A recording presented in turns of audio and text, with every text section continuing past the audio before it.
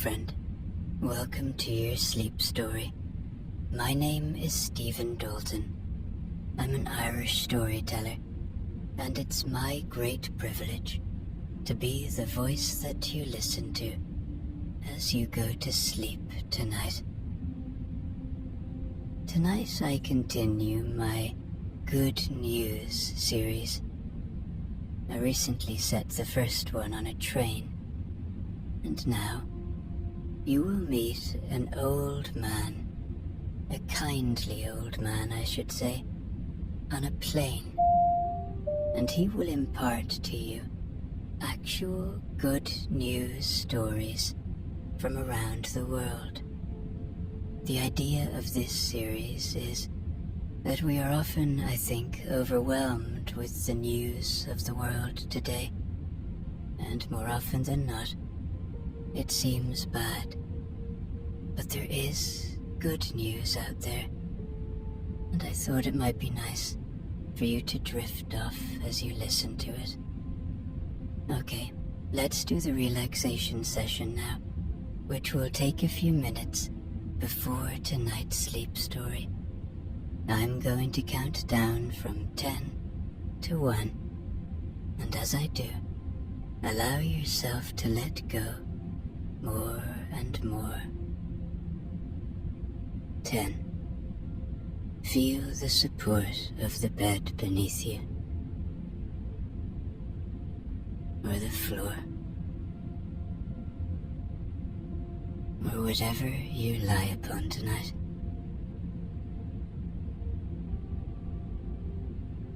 Really feel that support. And beneath all of that, there is the support of the earth, our home, our constant support.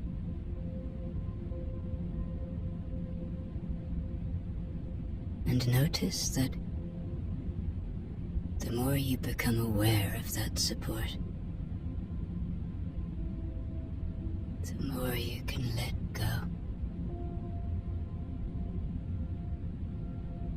The more you can sink into this moment. 9.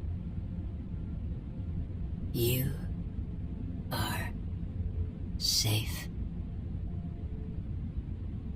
Know that tonight, my voice is nothing but a friend, a guide of kindness that will only ever take you to safe places. Allow my voice to be an anchor of peace, guiding you to beautiful, wondrous places. 8. Become aware of your body now. And as you do, just become aware of your breath for a moment. Perhaps take a deep breath in through your nose when you're ready.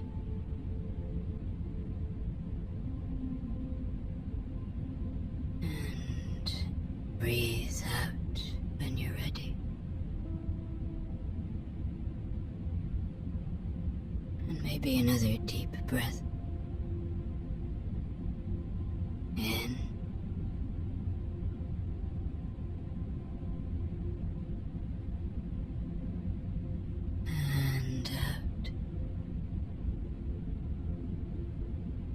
And as you become aware of that breath,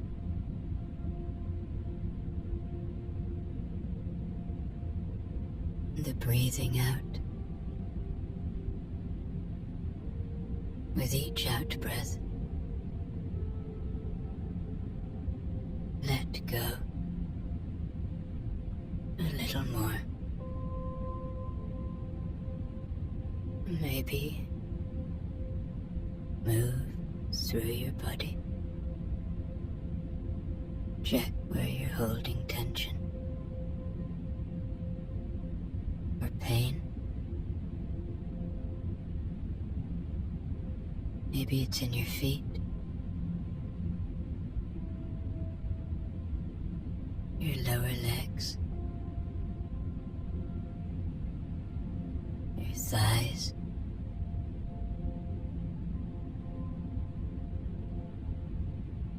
your belly,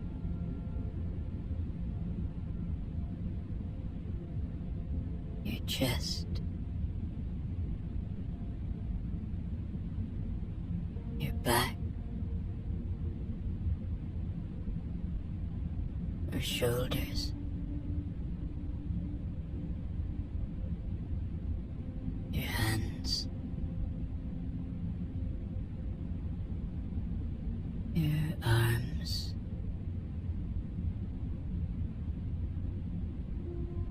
your neck,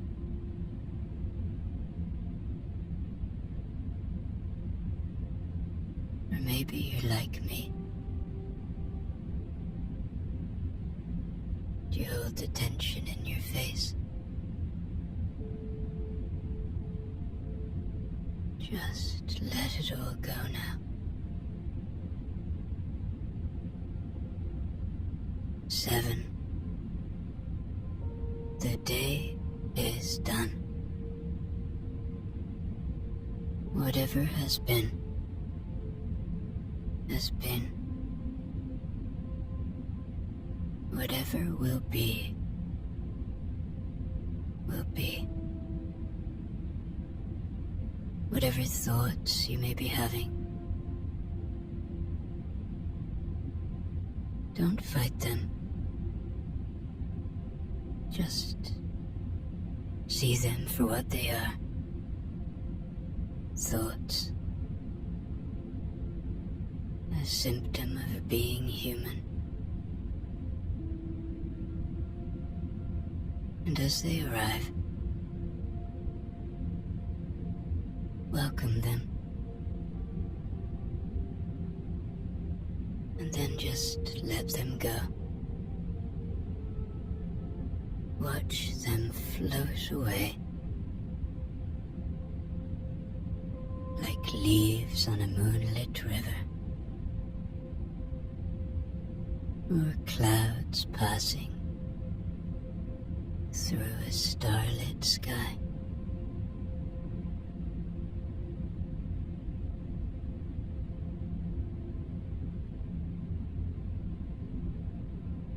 Six. This is your moment. This is your time. You deserve rest. You deserve peace.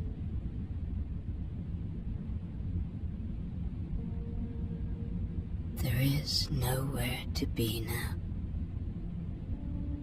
Nowhere to go.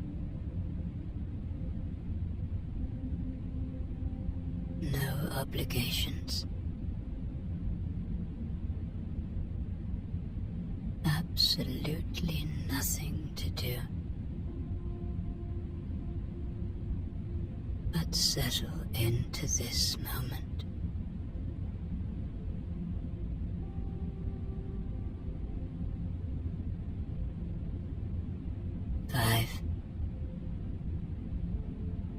Peace lives within you. It is always there. It's just waiting to be found. Waiting to be felt.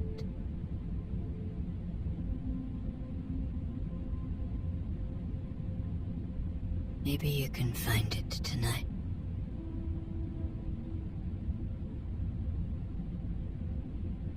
Maybe you can journey to that peace with your mind's eye now.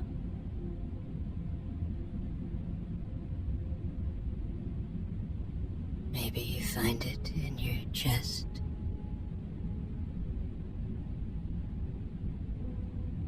or in your head. Wherever you might find it, know that it's a constant friend. For perhaps feel a little gratitude now. Gratitude for the simple things. For the shelter you have tonight. Whatever it may be.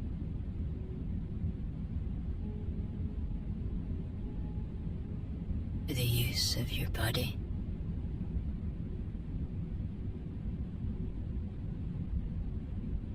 For the ability to just lie here and listen to a sleep story.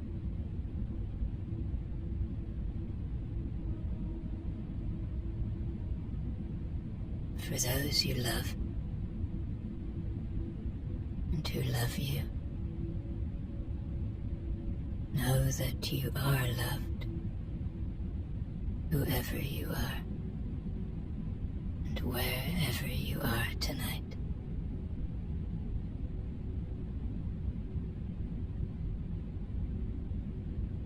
Three. Begin to engage with your imagination now. Begin to see yourself on a beautiful plain, high in the sky, feeling peaceful, feeling ready to go to somewhere very beautiful. Somewhere joyous, somewhere where good news abounds, somewhere far away from all that you know. 2. Check in with your body one more time now. Releasing anywhere that you're still holding on.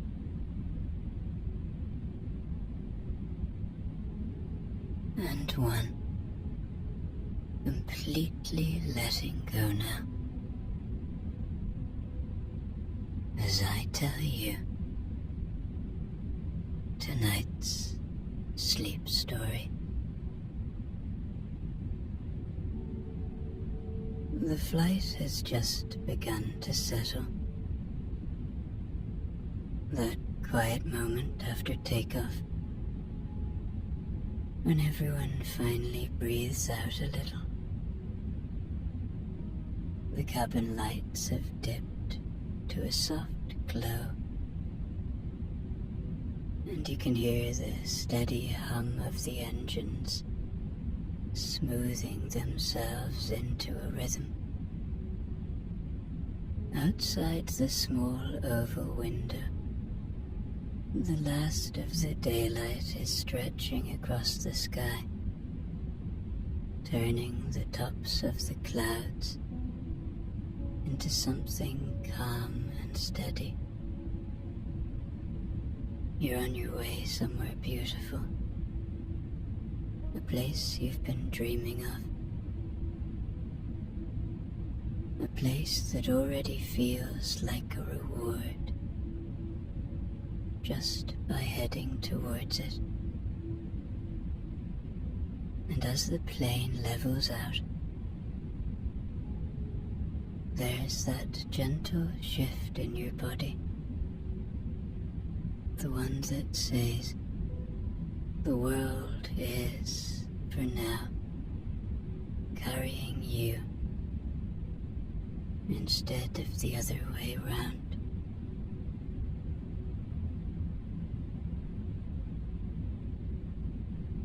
You settle back into your seat, adjusting the little pillow behind your neck, and let your eyes drift around the cabin. People are finding their own ways to relax.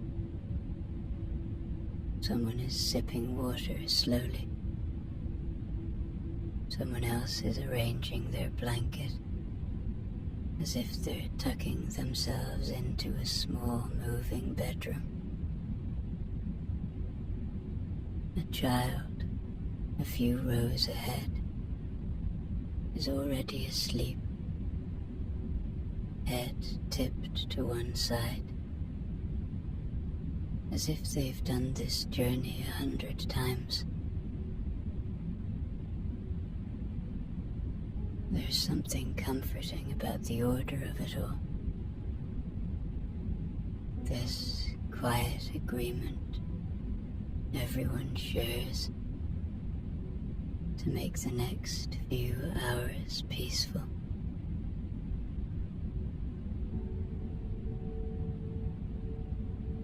Beside you sits an older man with kind eyes and a relaxed posture. The sort of person who looks like they have spent many years observing life carefully, but without hurry. He's wearing a soft jumper, the sort that suggests practicality over fashion, and he holds a folded newspaper on his lap, unopened. There's a calm about him, a steady presence, like someone who's decided long ago not to rush through anything.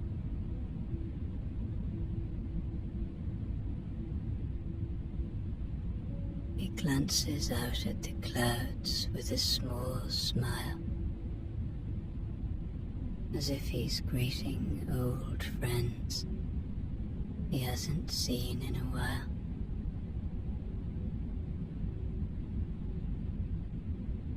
You both sit there quietly,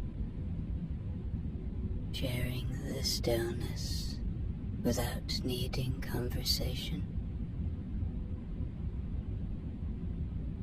The engines create a steady backdrop. A low, comforting vibration that almost works like a lullaby. You notice how the cabin has settled into a gentle hush. The faint click of someone adjusting their seat belt. The rustle of a page turning. The soft footsteps of a flight attendant passing by. Everything feels unhurried, as if the whole plane has agreed to float through the sky with as little fuss as possible.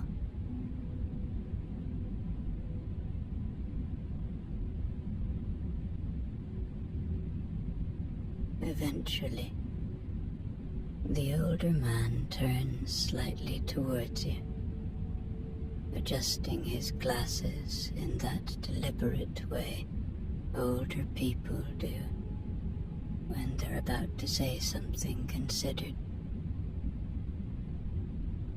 There's no rush in him. He simply gives a small nod, as though acknowledging that you're sharing this journey together. His voice, when he speaks, is soft and warm, carrying the ease of someone who has traveled often and learned the art of quiet conversation. you get the sense, without him saying anything too direct, that he may have a few things to share before the flight is over.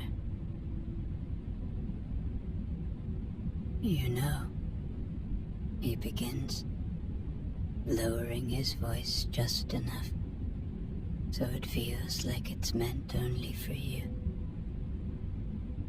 The world can feel a bit heavy these days. Every screen, every headline.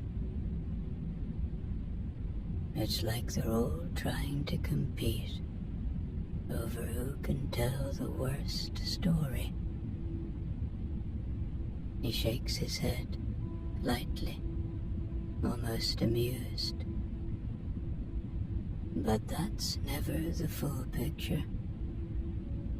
Not even close. There's plenty of good happening. More than people realize. If they'd only look up long enough to notice. He rests his hands on his lap and leans in a touch. I actually carry a handful of good stories with me. Things that have happened recently, or are happening right now. Little victories, quiet kindness, progress that doesn't make noise.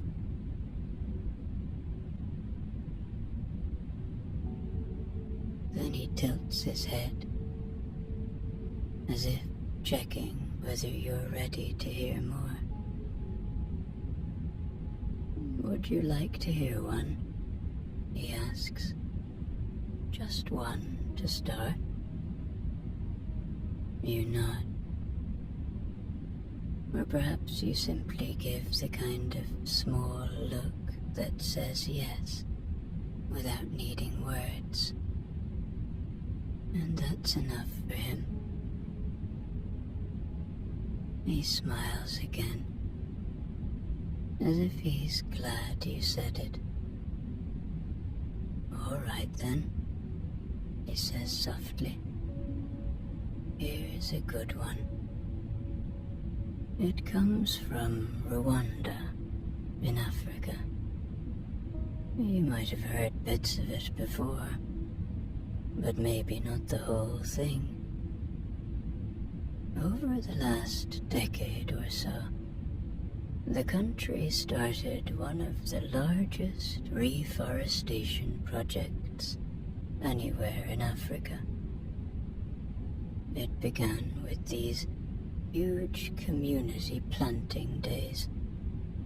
Whole villages coming out, thousands of people at a time, planting saplings along hillsides and riverbanks. No big speeches, no fuss. Just everyone turning up and doing a bit. They kept at it year after year. And do you know what happened? The forest cover in the country more than doubled. Whole regions that had nearly lost all their trees now have green slopes again. And with the trees came cooler air, cleaner rivers, and wildlife returning. Not a fantasy version of wildlife, just the real, everyday kind that had slowly disappeared. The government tracks it all openly, and the progress is there in black and white. The United Nations praised them for it, said it's one of the clearest examples of long-term ecological recovery anywhere in the world. And the best part, he goes on, leaning slightly toward the window, is that it wasn't done by experts swooping in. It was ordinary people, turning up with tools and seedlings, farmers, families, school groups, people who wanted their local patch of earth to look a bit better than it did last year. Nothing fancy, just steady effort. And it worked. He gives you a small nod. See? The world isn't only the heavy things you hear about. Sometimes real good things happen, and nobody shouts about them. Would you like to hear another one?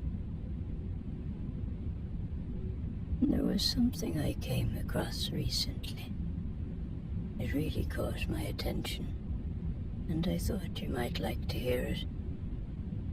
In Ghana, there is a group of women, older women, grandmothers in fact, from villages without electricity, who took part in a training program in India to become engineers of solar systems for their own communities. These women, calling themselves the Solar Grandmothers, came back home and helped install solar lighting in their villages, homes that previously depended on kerosene lanterns every night. What I especially like is how the story shows change that doesn't rely on a big, glamorous headline. Just quiet determination. Local people doing the work, bit by bit. These grandmothers now serve as the technicians, the mentors, the local experts, building trust, training others, keeping the systems running. Imagine the scene. As dusk falls, the small lights flick on in the huts and the pathways. The children can see to read. Families sit together safely, without smoke doing its work overhead. The ordinary becomes better. So when you lean back in your seat, maybe look out at that patch of sky. It's a reminder.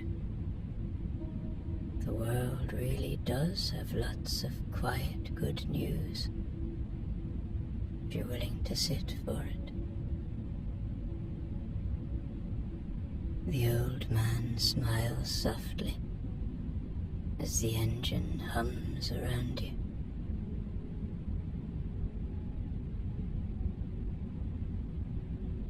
All right then, shall I give you another?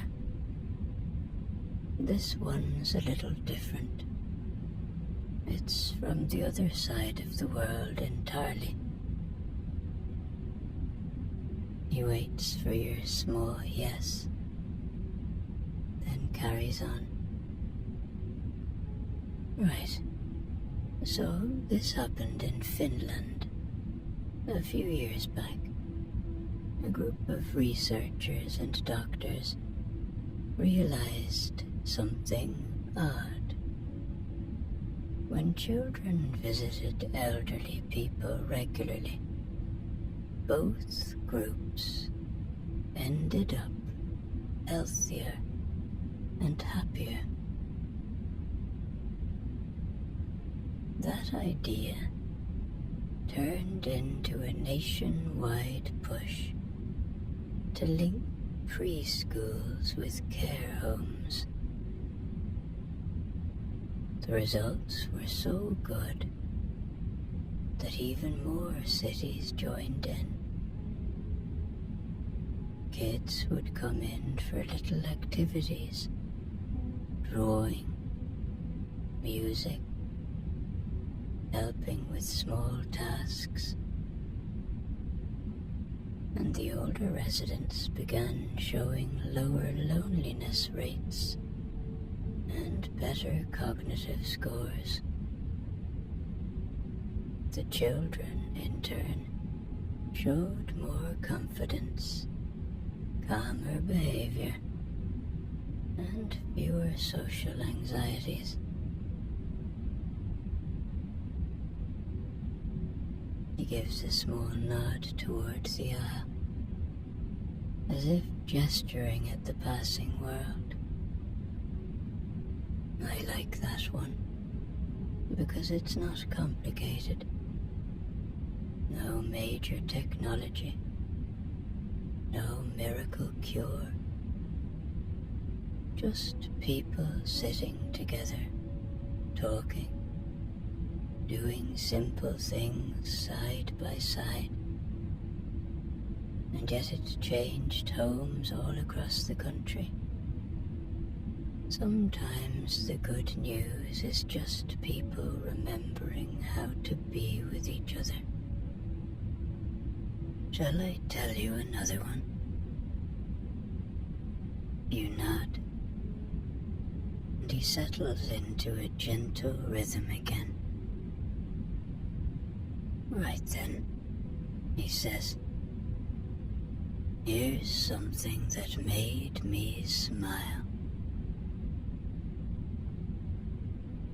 There's a town in Austria, a small one, tucked not far from the mountains, where they launched a community housing project last year. It wasn't anything flashy, not some billionaire scheme, just ordinary people working with the local council. They built a set of affordable, low-energy homes for families who'd been struggling with rent climbing too fast. Everything designed to be warm, accessible, and inexpensive to run. The best part? When the homes finally opened, the council did something unusual. They asked the families what they wanted the outdoor space to be. Not a committee, not an architect's idea. Just the people who would really live there. And do you know what they chose? A shared garden. Not a decorative one. A proper working garden they tend together. Now every week, you'll find them out there pulling weeds, planting herbs, chatting about everything from weather to children to what's growing best. And for families who had been feeling pushed to the edges of the city, this little patch of soil became something else entirely. A place to feel settled again. It's a simple story, I know. No fireworks, no revolutions. Just a town deciding that decent homes shouldn't be a luxury. And it worked. Rents stabilized, bills dropped, and perhaps the nicest part of it all, people started eating dinner together across balconies because they actually knew each other. Anyway, he adds softly, that one stayed with me. Not all good news involves grand gestures. Sometimes it's just a group of neighbors deciding to make life kinder. He tilts his head. Shall we keep going? I've got plenty more where that came from. Now here's a bigger one, you might say. Something that reaches well beyond one town, one project. Did you know, in the first half of 2025, the world reached a landmark moment? For the first time, renewable energy sources generated more electricity than coal globally. What that means, really, is that wind, solar, and other clean sources are no longer fringe players. They're now outproducing the fossil fuel that has powered large swathes of human civilization. And it's not just in a quiet corner of the planet, but across many countries, pushed forward especially by places like China and India. Imagine that. For so long, coal was the go-to standby. And now we're looking at a different majority. When the old man leans back in his seat and says, "Something's changing," he means precisely that. And of course, it doesn't mean the job is done. But this sort of shift gives hope. I like to think, from that vantage point, the plane you're on is flying above a world in motion. Not just the clouds, but the wires, the turbines, the silent rotation of a wind blade, the gentle hum of a solar panel doing its job. Here's another one for you. In the UK, last year, the country's electricity supply became its cleanest ever. Renewables and nuclear together provided almost half of all power, while fossil fuels hit their lowest share since the 1950s. That means when people flicked on lights, boiled kettles, or charged their phones, the electricity behind it came from much cleaner sources than in almost any year before. What's neat about this is, it wasn't a flash-in-the-pan moment. It came from years of building wind and solar farms, retiring coal plants, and governments setting targets that households just grew used to. Oh, and let me tell you this one. I know, I have a lot of them, but there's just so much good news. Over the last decade, one of the most surprising recoveries has been happening in the waters around Palau, a small island nation in the Pacific. You might have heard of it in passing, but what's been unfolding there is remarkable. A number of years back, Palau established what they called the Palau National Marine Sanctuary, one of the largest protected marine areas in the world. This wasn't a small gesture. They closed off 80% of their entire ocean territory to commercial fishing. 80%. Most countries would struggle to set aside 1 or 2%. Never mind 4/5 of their waters. But Palau's leaders believed that if they drew a line around the sea and said, "Let it rest," then the sea might actually respond.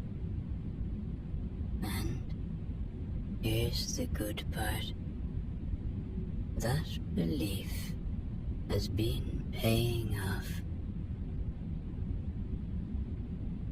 Researchers who've been surveying Palau's waters before and after the sanctuary came into effect have seen more fish, more sharks, more rays, and healthier reefs.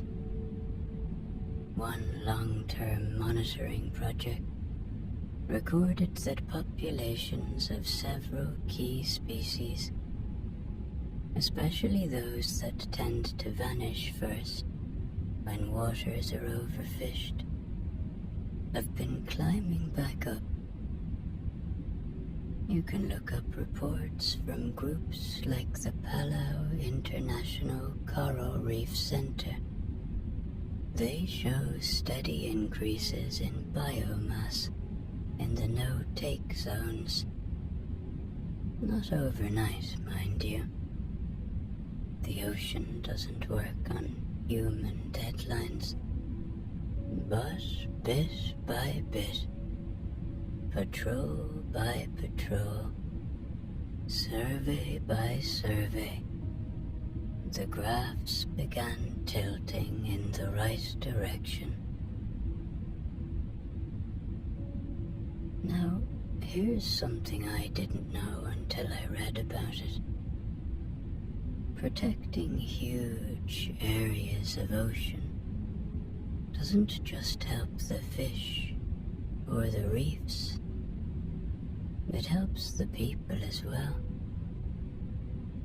Local fishers in Palau, the ones who depend on the sea, weren't pushed aside. Instead, the remaining 20% of their waters were managed with clearer rules and better support. And strangely enough, once the sanctuary had a few years under its belt, the catches near the boundaries actually improved. When you give marine life somewhere safe to grow, they spill over into the areas where fishing is allowed, and everyone wins. That's not theory, that's been documented by the folks who track such things. There's a detail I really like in all of this. Palau didn't set up the sanctuary because someone promised them it would be easy or profitable. They did it out of cultural duty. They have a tradition called bull, a form of conservation that's been around long before the modern world. When a reef or lagoon was under pressure, the chiefs would declare it off limits for a while, letting the place recover. The sanctuary is, in a way, bull on a national scale. A reminder that the old ways sometimes understood things long before the rest of us caught up. And the results? Well, the results show that patience actually works. So when I tell you that the oceans can heal, I'm not talking about wishful thinking. I'm talking about a small island nation that made a decision most people thought was unrealistic, and then proved that the sea responds when we give it room to breathe. And knowing that, well, it makes looking out this plain window feel a little different, doesn't it? All that water below, a lot of it is trying its best to come back. All right. Let me tell you one that always gives me a bit of heart. It's about a city you might not expect. Paris. You know, Paris gets talked about for the food and the museums and all that. But there's something happening at the neighborhood level that most people never hear about. Over the past few years, the city has pushed a program called Les Rues aux Écoles, basically turning the streets around schools into car-free, people-friendly zones. Now, that alone is a nice idea. But what makes it a good news story is the way the local communities got involved. Parents, teachers, volunteers, little associations. They all worked together to redesign these tiny pockets of the city. They planted trees, added benches, painted murals, and set up play areas where there used to be nothing but parked cars. And they didn't do this once or twice. They've now transformed over 200 school streets with a goal of around 300. Multiple independent studies report that pollution levels around these schools dropped by up to 20%, and noise levels fell sharply too. But here's the part I like most, and And it's not a statistic. It's the way people changed, the way they used those little spaces. Some schools started hosting community breakfasts outdoors because the air had become clean enough. Parents waited for their kids in what felt like a tiny plaza instead of a traffic zone. The children, especially the little ones, began recognizing the people who tended the planters. A pensioner who watered the flowers early in the morning. A group of mums who looked after the herbs. A teacher who started a compost bin on the corner.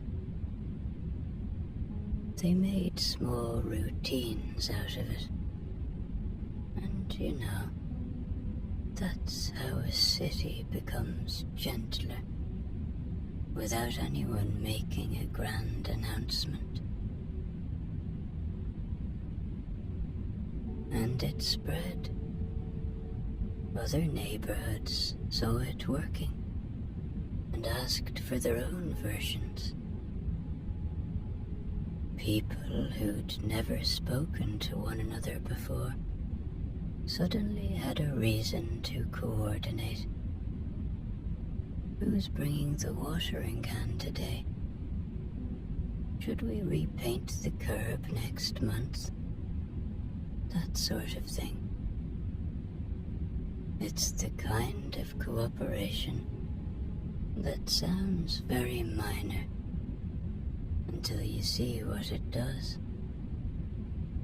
When you remove cars from even one little street, people begin to act as if the place belongs to them again. They talk more, slow down more, look after it more. So when you glance out the window of this plane and imagine all those cities below us, it's worth remembering that change doesn't only happen in parliaments or big conferences. Sometimes it's just neighbors deciding they want cleaner air for their kids, and then proving they can actually achieve it.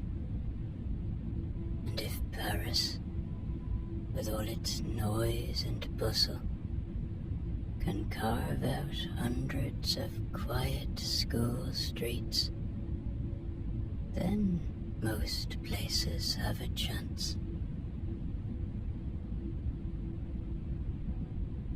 I can see you're getting sleepy. I'll tell you one more that really stayed with me before I finish telling you all the good news. We're still up here in the sky, and I'm looking down at the scattered lights below and thinking about another city, Seoul in South Korea, and something remarkable they did that changed daily life in a way no one expected. It's one of the clearest examples I know of people pushing for something better and actually getting it. For decades, right through the heart of Seoul, there was an old stream called the Cheongji-cheong, Well, it had been a stream once. Over time, it became polluted, then buried, and eventually completely covered by a concrete highway. Cars roared over it day and night, and the whole area underneath turned into a mess of noise, fumes, and packed traffic. People accepted it for a long time. You know, the way cities sometimes do. Until slowly, little by little, residents started asking, does it really have to stay like this? These weren't activists with banners. Mostly they were shopkeepers, commuters, and people who lived nearby, saying they missed fresh air and green space and wanted something like that back.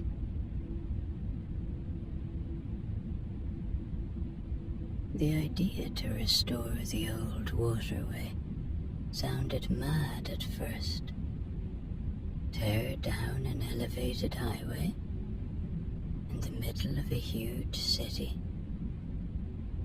But the pressure kept building from residents, business owners, and local groups. Eventually, the mayor backed the project. And after years of construction, the entire highway was removed. In its place, they rebuilt the stream, all 10 kilometers of it, with footpaths, plants, stepping stones, and places to sit. What used to be a noisy tangle of traffic turned into a corridor of calm, moving right through the center of Seoul. What's lovely is the ripple effect it had. Temperatures along that restored strip dropped by a few degrees compared to surrounding streets, because the water and plants cooled the air. Traffic actually flowed better when the highway was taken down, which is one of those things no one ever believes until it happens. Species of fish, birds, and insects returned. People changed their routines. Families strolling after dinner. Office workers taking their lunch outside. Older residents meeting friends for a walk.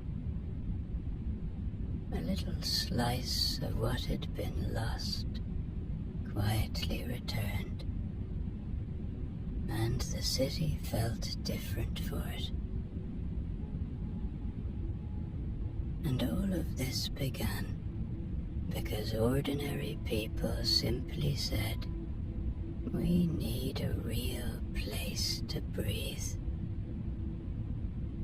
I like stories like this because they show how community action doesn't always look dramatic. Sometimes it's a gradual murmur from lots of people who just want something gentler in their daily lives. And then, years later, you walk along a stream that had been buried for half a century, and you realize that a bit of people power can reshape a city.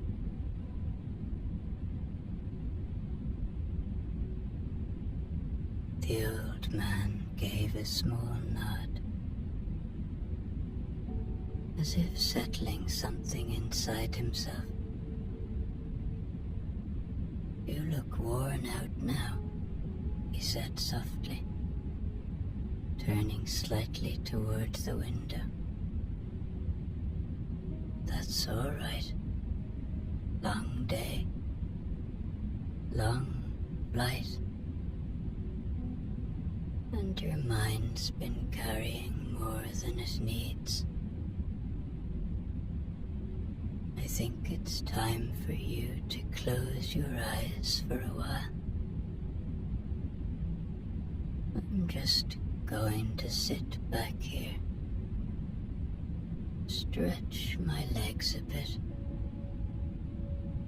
and enjoy the rest of the journey in my own quiet way. Enjoying the knowledge of that good news I just shared with you. I hope you do the same. Let the engines do their gentle work. Let the seat hold you and drift off. You're safe up here.